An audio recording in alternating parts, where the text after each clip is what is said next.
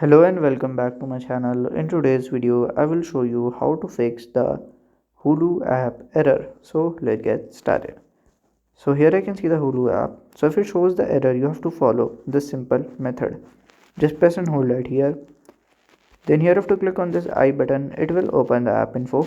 Okay. So at here you have to scroll down and just click on the storage. So at here you have to clear the data first. Then you have to open the app again. If it's work for you, then fine. If it's not work for you, then you have to probably check for an update.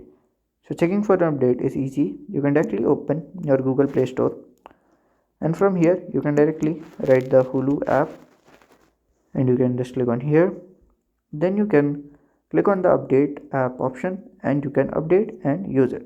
So if you find this video helpful, make sure you like, subscribe and share the video. Thank you for watching.